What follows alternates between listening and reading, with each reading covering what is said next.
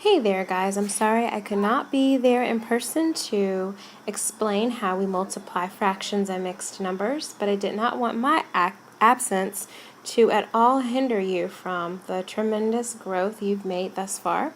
So today I bring you myself virtually, and virtually we will tackle this new idea of multiplying fractions and mixed numbers. So our first order of business when multiplying fractions and mixed numbers is to ensure that both fractions are in fraction form. So if it's a mixed number, we are going to have to rewrite mixed numbers as improper fractions.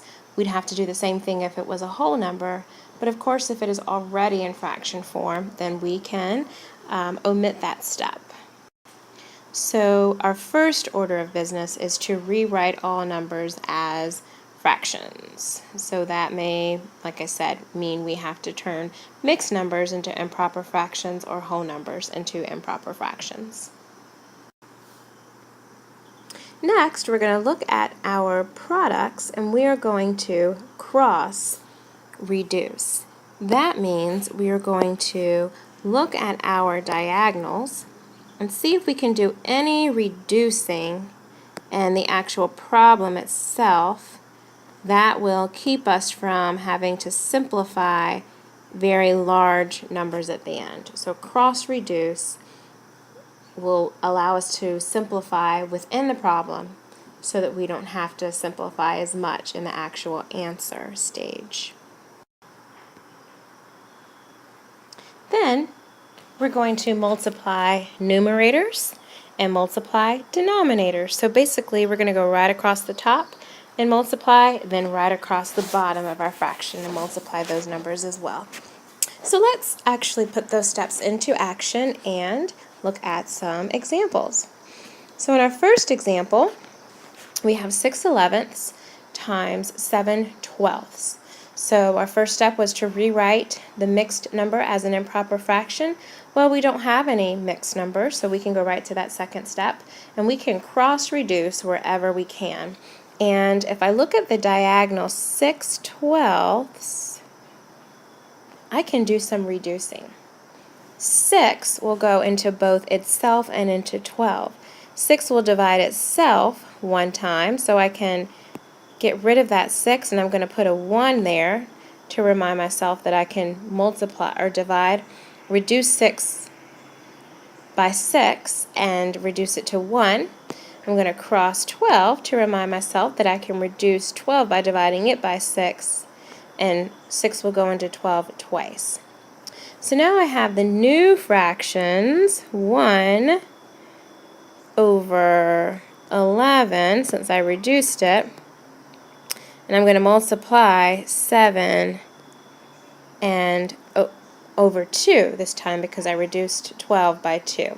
Right across the top I have 7 because 1 times 7 is 7, and right across the bottom I have 22 because 11 times 2 is 22. So 6/11 times 7/12 is 7 over 22. And I apologize for the lack of neatness with that. It's a little tricky to write with a stylus. So I hope as I go along it'll get a little neater. Let's look at the next example. Well, here we look at both of these diagonals. We can reduce both ways. 3 will go into both itself and into 9. So we can reduce 3 and make it 1. We can reduce 9 and make it 3 because 3 will go into 9 3 times. If I look at the other diagonal, 8 and 16, 8 will go into itself 1 time, 8 will go into 16 2 times. So if I look at my last step to multiply the numerators, I've got 1 times 1 since I did all of that simplifying. For my denominators, I have 3 times 2 since I did the simplifying. So my product then will be 1 over 6. So 1/6 is my product when I multiply 8/9 times 3/16. Now so far I haven't had to rewrite any fractions or turn them into mixed turn them into improper fraction form. But if I look at this next example, because this 10 is a whole number, I am going to finally have to do that first step for this example. So remember, that first step is to turn that whole number into an improper fraction. So I'm going to go ahead and rewrite 5 times 7. And over here, I'm going to rewrite 10 as 10 over 1. Remember, any whole number can be made a fraction by just putting it over 1. So I'm going to try to do some cross-reducing. I look at the diagonals, but 7 and 10 cannot be reduced, and 5 and 1 cannot be made any smaller than they already are. So I'm just going to multiply as is. So that'll be 5 times 10 over 7 times 1. And 5 times 10, of course, is 50. 7 times 1 is 7. And now we have to do some simplifying. 7 will go into 50. 7 whole times 7 times 7 is 49. So we have a remainder of 1/7. I'm getting better with the writing. Good job. Okay, so now with this bottom row of examples, we're going to have to do step 1 quite a bit. So our first step, remember, is to turn that improper fraction, mixed number into an improper fraction. Remember, we talked about C-checking it, starting at the bottom, working our way around to the top. And we're going to multiply the numerator times that whole number and then add that numerator to it. 3 times 3 is 9. 9 plus 1 is 10. So we have 10 thirds. That's our new improper fraction, equivalent to 3 1/3. And then 5 times 2 is 10, plus 2 is 12. So we get 12/5 as our improper fraction for that second mixed number. You can change the color so it's not confusing. I look at my diagonals and I notice that I can simplify both ways. 3 goes into 12 4 times.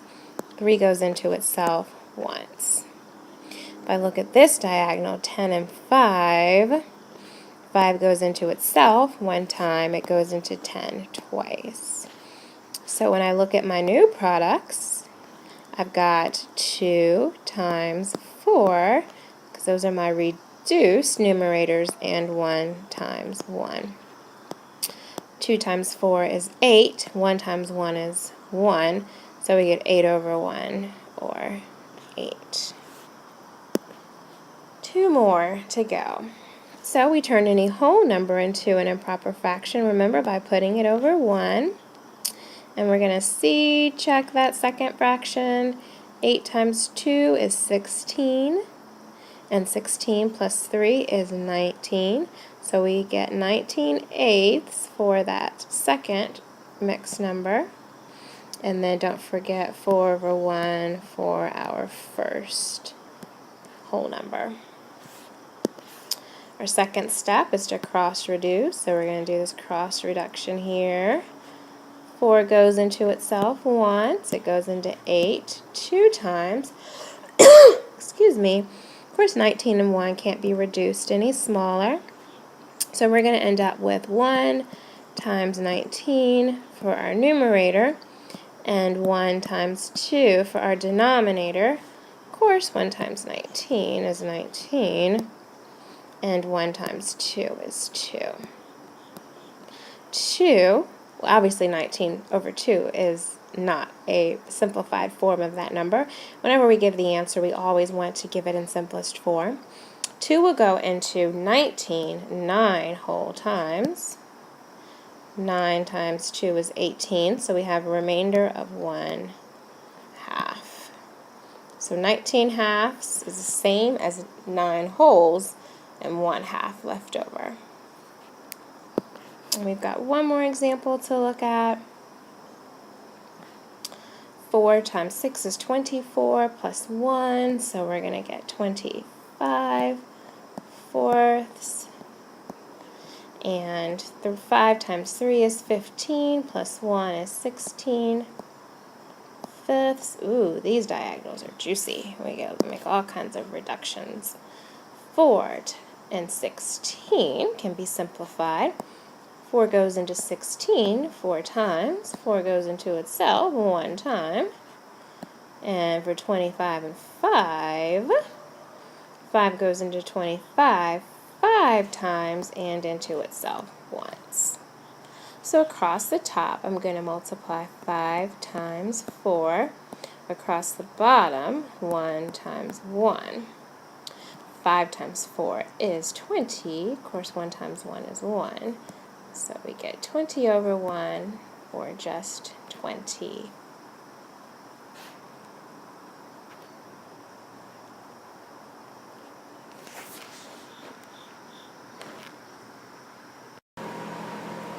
And that, ladies and gentlemen, is how you multiply fractions and mixed numbers. Please enjoy the practice that Mrs. Hale will be giving you shortly, and I hope that you have a wonderful day. Like I said, jot down any questions. You can feel free to email me or wait till I return on Friday, and I will gladly answer them. Have a wonderful day.